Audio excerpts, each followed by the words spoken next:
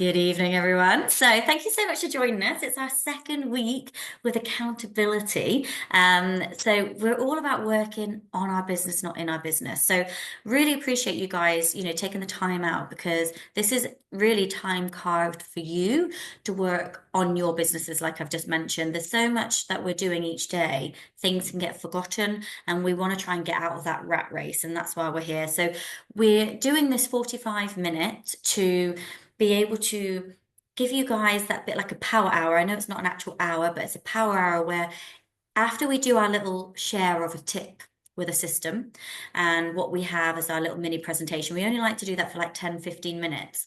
We've then got half an hour where we can either answer questions regarding property, systems, me and Nick's background. Nick, can I click the next screen or do I need to? If you could just click that for me, thank you. Because we've been investing, for those that don't know, I think everyone here so far, but in the replay might not know, we've been investing since 2018, and we've built a nice portfolio. We've actually systemized our business to the point that we hit our 5-year goal, went traveling for 6 months, and could be out of the country and not have to worry about a lot of things that's happening within our portfolio based on outsourcing, VA, systemization, automizing our businesses as well, and also eliminating a lot of the roles that, we don't always need to do. When you kind of go away out of your business, you kind of realize how little you do need to do if you do it right, if that makes sense. You kind of look back and go, I did all these things, but what were they really doing for the business?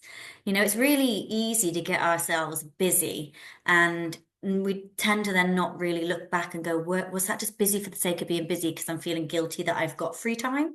The whole point is we want the free time to enjoy, not to keep filling with more work and more stuff like that. So this is what we're trying to do. Just going to let some more people in. So we're trying to get us into that mindset and help you do the same. So the second part of the half hour will be asking questions with us, whether it's systemization, whether it's property based, or it is the opportunity where you can kind of turn the volume down a little bit and spend 30 minutes on your property pipeline CRM or on your business in general to be able to work on the stuff that you don't always get time for. Hi, Karen. So if I can go to the next page, please, Nick. So today we're covering to-do lists. Last week we did our key performing indicators, we did our goal setting, and each week we're going to set weekly goals to keep ourselves accountable. But we will focus in on how can we kind of monitor in a system if we're on track or not. This time it's now managing your to-do list. So who here has a list as long as their arm, or longer even? Is people nodding? Yes, potentially. And do you manage to actually get through that list on a daily basis? Would you say that at the end of the day, you're like, yes, or is it like, oh, I've got like another A4 and it keeps rolling over? Almost never ending, isn't it, sometimes? And it can be really deflating. Do you maybe use post-its, whiteboards, notepads, phone apps? There's so many things that we could be making notes on as we're running around the day. Like I've had it sometimes in the past where I'm on the phone to somebody, I'm down in the kitchen, where's the scrap piece of paper because they're telling me something, then I might have to go on my phone and I've been there, I've done that. And then you kind of think, what was that information? Where is it? So we're trying to step away from that and we're trying to get into good habits so that doesn't keep happening because that's where it kind of then all kind of crumbles later. Because with that type of thing, that important information on a notepad somewhere is no use to you if you are away for the weekend and needed that piece of paper and it's at home. So it's that kind of thing, mentality. We're trying to prepare ourselves so that if we do want to take a day off, and the whole point is to work on the business, not in the business, where you can feel like you can get away. I've known so many people in this industry, and I've been one of them myself, where you just work Monday to Sunday because you've got your job and you're doing the evenings, you're doing the weekends. But when the day comes that you want that day off, you feel like you can't. You feel one, guilty, and two, not prepared, or the business now solely relies on you. And that's what we're trying to help you get out of. So who here has a team, works with a team? Do you have like partners, VAs, other people on the ground? If I just see a raise of hands. Yeah, so we've got one there, cool, but others may be solo working at the moment. So you're kind of working, which is good. I think when you're solo working, it's a bit easier because you can kind of have your own thing, but you still need to think of end in mind. The whole point is in the future, if you were to go away for 6 months and you were to just give someone a login, would all that information be there, or do they need to call you, text you, email you regularly for the information? Where would that information be? So bear that in mind because it's things like someone actually spoke to me last year about it. It was a trainer, I think it was Danielle that said it to me. She said she got unwell and she was in hospital, and that was when she kind of had a wake up call and was like, "Oh my God, the whole business is in my head." Like everything is in my head, and I'm in hospital, and if anything happened, my husband doesn't know this, and my friends don't know that. Where could someone go for that information? It's really important. I've got investors, angel investors, I've got properties. It's a lot of stuff that we've got to do as investors here, and so many angles, whether you're finding, raising money, buying, selling, sourcing, managing, it all comes under that same umbrella. So bear that in mind in the sense of who else might need that information at some point. It can't just stay in your head, and it can't be on a scrap piece of paper at some point. And then the other thing is looking into VAs. Has anyone considered a VA if you're working on your own at the moment? VAs are really useful. Yeah, so we've got a thumbs up there. So that's really important. Oh, we've got someone else trying to get in. Admit, there we go. It's so important. We've actually got a VA where they're ad hoc.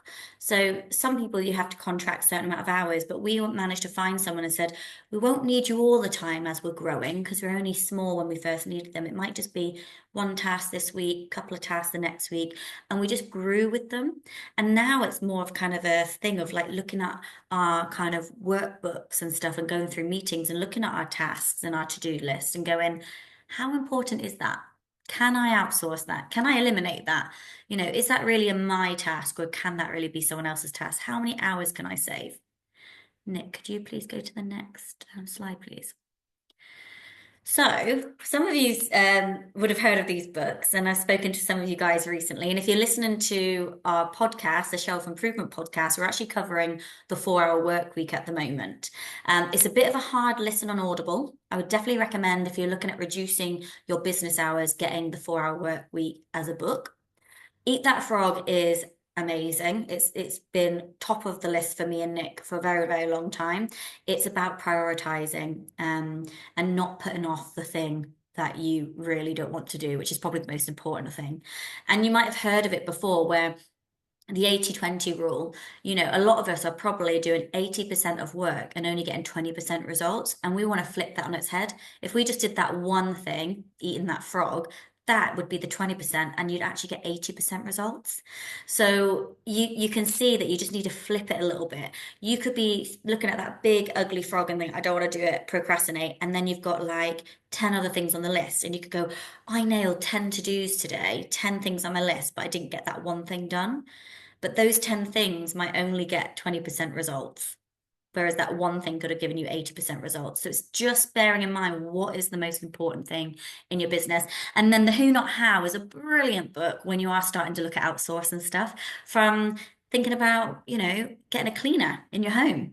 That could save you an hour or two a week. And in that hour or two, what kind of business could you do in that time? Or can you actually spend time with your family in that time? Maybe you've been so busy at work you don't want to be cleaning the house. You want to go to the park. You want to go for the walk. You want to go for the pub. How much is that in the sense of time and energy and cost? So definitely have a little look at those books. We have covered them on the podcast, so you can always go back in time to see what Anna and I have discussed about the book as you're reading along, or you can also go live with the 4 Hour Work Week. And what I've learned most about the 4 Hour Work Week at the moment, as a little taster for you, is eliminate. Look at your to-do list and eliminate what is not really needed. Automate. Automate first.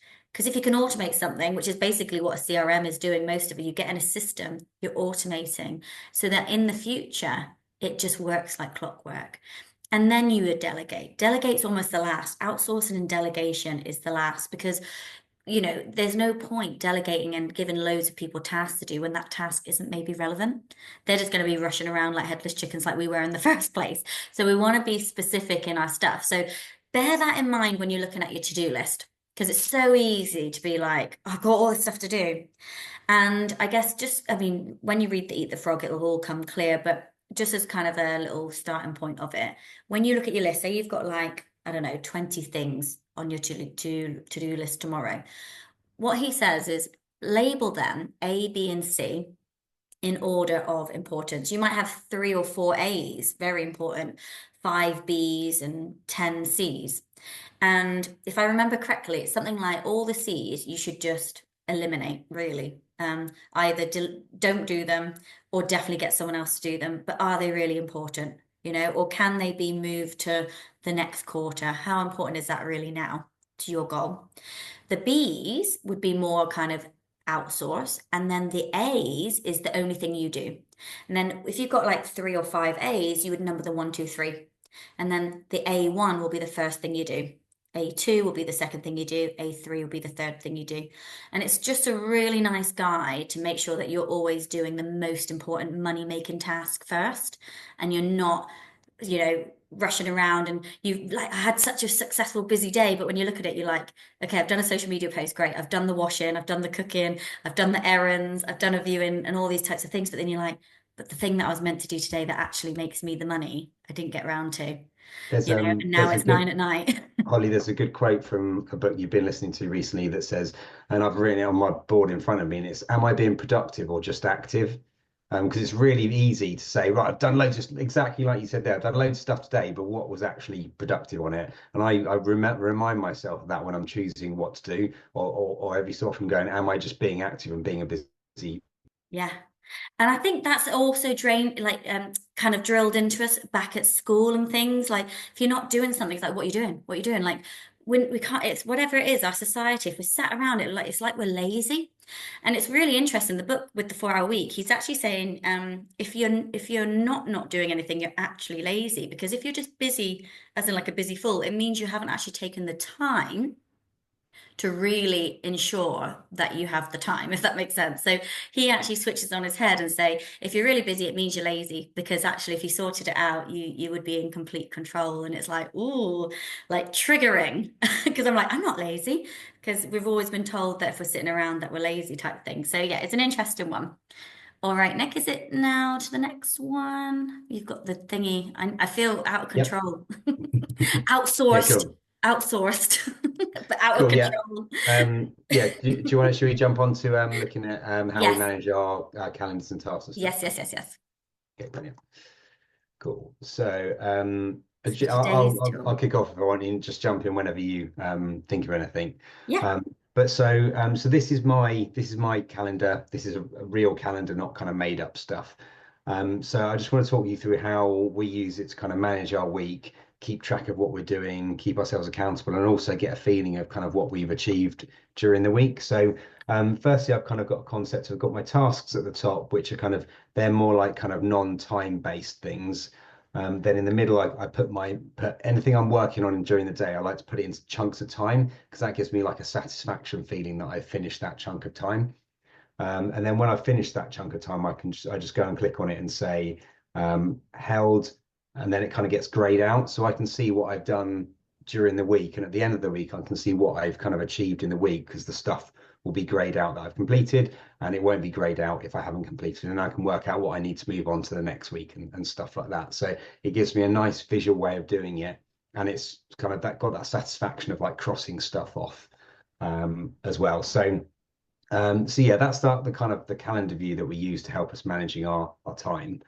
Um, the way we kind of look at kind of the task list in general is, so I jump over to tasks, and so tasks can be kind of going back to Holly's thing about, do you have a to-do list as long as your arm? And that can sometimes be where tasks go wrong with any sort of system of trying to write them in a notebook or whatever kind of thing. And So overwhelm as well. It's just overwhelming. You just think, how am I going to get all this done? yeah. So what I tend to do is use the filters on tasks to remind me about certain projects. So and give me a bit of kind of clear space when I want to focus on one thing. So an example here is tasks for a refurb. Well, actually it was a project we were looking at a year or two ago, but it's a good example of kind of going through the different stages we need to do on that project and moving those tasks from not started to completed. So I've just by chucking that filter on and then using the card view up here, I've got rid of all the noise and it just lets me now sit and focus on this project for however long I want to work on it. And that can apply to, anything. It could be doing your year-end accounts. It could be tied in, getting the house ready for some guests coming around, just giving you that headspace to look at just the things you need to deal with at the moment instead of going back to your full kind of list of all tasks and going, oh crap, I've got loads to do. So I think it's really important to remember how you can kind of condense stuff down and make sure that you're only focusing on what you want to in that week, that window of work kind of thing. Holly, do you want to add anything to Yeah, that? so there was a couple of things. So for me, so that is too noisy for me. If you're working with other people, there's too much going on here. If you're working on your own, it won't be so bad. And if you look at the top right there, it's like 1,840 tasks, but you can actually click the three dots, and you can actually go into like assigned user and just click your name, and that will reduce it. You can also say, I don't want to see any completed tasks. I only want to see completed, started or not started. So I don't know if that's, yeah. And if it's red, it means it's overdue and stuff like that. So now you can like reduce it down to less tasks and just go, yeah, on started. Mine has a lot less than yours, so I don't know why. Are you on our real one or the demo one? I'm on our real one, but I've Oh, not right. really got all the tasks in my view. You've probably just got yours filtered. Got you. Okay. So yeah, so you've got a lot more than me. Mine's more in control. I mean, like I'm so like obsessed with it now. So for me, the way I would use this one is not only using the filters and kind of working it through. I kind of set myself 2 to 6 tasks a day as a realistic outcome, and I then prioritize them. Yeah, and You let me can actually just jump change. in there. Sorry. Where you can then do that is within the calendar view. So the big task list is very noisy, but in the calendar view is where Holly was saying at the top here is where you've got your 2 or 3 tasks a day that you're specifically working And on. also in the homepage as well. So the way I would kind of, so me visually, I would use the calendar. I would just work through and go, what have I got on today? I've got calls, meetings, and tasks. And I've got these 6 tasks at the top that I'm going to fit in and around my blue and red meetings. And that's kind of how I would work my day. I try not to have anything more than 3 big things in a working day that's work. And then I tend to have 3 things that are personal. And then I have my tasks in and around that. But actually, if you go back, Nick, as well, with the what I tend to do is that's like my day. But if I do have a spare half an hour, like what we're kind of talking about tonight, if you've got a spare half an hour and you wanted to get your admin done, we can just sit here and work through as many as you can do in that half hour. So that's obviously really helpful as well to have like a time slot and accountability session to work through stuff, to catch up on things. You can as well, if you go into the homepage, Nick, you've got activities. Oh, yours is different to mine, Nick. I wish you were Yeah, on the well, demo. but Out of control. This is what happens. You outsource and they don't work the way you work. So, but it's good there you because go. still of it. There's the There it activities. is, the activities. So that will be on your main page. I'm sure everyone's got that on their main page at the top right. And this will be once you're caught up. I mean, it depends. I guess Nick's got quite a yeah. But once you've caught up, everything will be in black and you'll be able to just work through what's today, tomorrow, and things like that. So again, it's another place where you can just look at today and tomorrow, not get overwhelmed. And only when you've got the excess time could you then go to tasks and work through a few more. So that's what we wanted to kind of show you. And I guess the homework to bear in mind is to try now, whenever you think of something to do, like even in our calendar here, we've got the gym tomorrow. We've got, seeing our friends on Saturday, anything like book the restaurant for Saturday, send someone a Zoom link, call the agent, whatever it might be, start adding them in here. Set yourself reminders, which we shared with you on the last one, and we can do that in a bit more detail on another one. Set yourself reminders so that you don't forget and just make them manageable. That's what I would actually recommend. So anything else, Nick, you want to share on tasks? No, I think that's all good. Yeah, Yep. cool. So if you want to go back to the presentation, please. Thank you. So to wrap up our little bit, because we only really wanted to be short on those types of things, is we're going to go over the weekly progress now. So Nick's got the list of everyone who joined us last week and their goals. We're just going to have a check-in. Then we're going to set some new goals. And then you've got the opportunity for the rest of the call to, health check your business, missed opportunities, look at your to-do list, maybe eliminate some. Can you outsource some? Can you automate some? Really have a little look at that. So, have you got the list there, Nick? Do you want to? Yep, yep. Cool. Fabulous. Okay, thank you. So, guys, we've only got 5 minutes left, and the more people we have, we're going to have to kind of shorten it so it's a bit more sweeter when there's more people. But the thing is you don't always have to on these calls. It's nice to listen to everybody's goals, but once you've set your intention, try and remember to use this 45 minutes to get a little bit of the tips that we're sharing with you at the beginning. But then, like I say, you can turn our noise down a little bit, turn your volume down and get on with some admin and things that you want to work on the business, not in the business, as we keep saying, because if you can do that and scrape away at those kind of jobs, like I say, not the jobs where you're running around and picking up the phone and having the meetings, the jobs where you're actually on it, not in it, where you're starting to really narrow in at what is a bit like what you were saying, Trevor. You've got too much on. Maybe some of that can be eliminated. Are they really needed? When we went traveling for 6 months, I didn't do anything that I used to do. And that made me really look back and think, oh my God, like I used to do 5 to 6 coffee meetings a week. And what did I get out of those coffee meetings? Yes, I'm building relationships and things, but those people I do meet at other networking events and I do meet them at conferences. And, it's just like like Nick said, just, am I just being busy and active? Am I actually producing anything different?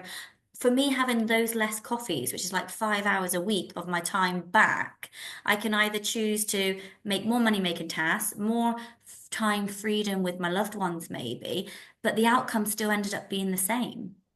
With when I went traveling, nothing changed in my business because I didn't have those coffees. I can still text people, I can still have a Zoom or a call with somebody. So bear that in mind, is all the tasks. So I know you've got your goals, but I really kind of advise you to go away, look at that massive to-do list that you all have. It's overwhelming. Break it down. Go, right, I'm going to do which are my top priorities. I'm going to break that down to those three today, those three tomorrow, those three Wednesday or Thursday. What day are we on? Yeah, 333. And then you can then go, right, the other ones aren't important. They still need to be done though. What can I do with them? I think Can just I find a VA? add into that as well around kind of the frog ABC tasks and all that kind of stuff. Another Yes, thing that helps is if you put like an M or something by the ones that are money making, and then you can yes. really easily see which ones in here are actually okay. Doing the counts is important, but what is the money making task type thing as well. But sorry, Yeah. interrupted. But It's so true. It's so true. We could be so busy networking and relationships are good, but if we're only just doing all the busy stuff and not doing the money making tasks, we're never going to hit the goals that we're reaching. So, yeah, use this time. We're going to kind of close off now, but use what, like, even if you've got a couple more minutes or you've got till 8 o'clock, look at that to-do list, eliminate, see what you might be able to automate or start planning to automate and systemize. And is there anything that you can delegate? Really interesting stuff because a lot of it, I bet, even if you didn't do it, it wouldn't really matter. It would be surprising, I know. We've got Jane saying power of self-discipline. Brian Tracy, listen to that right now. Everything you are saying, Holly, he has mentioned, but you make it really clear. Oh, thank you. Thanks, Jane. I love Brian Tracy. I do. I do. Very, very good. Power of self-discipline. We don't need to do everything, guys. We just need to do the most important thing, 1 to 3 things a day. Keep it focused and live your life. We don't want to be doing all this stuff, you know? Definitely wish to have a good chat with you both as soon. Yeah, perfect. Perfect. Yeah, we'll be in touch, Trevor. So thank you so much, guys. We want to keep it 45 minutes. We don't want it to drag on. We want it just to be efficient, set our goals, show up, and we'll see you next Tuesday. All the best with everything.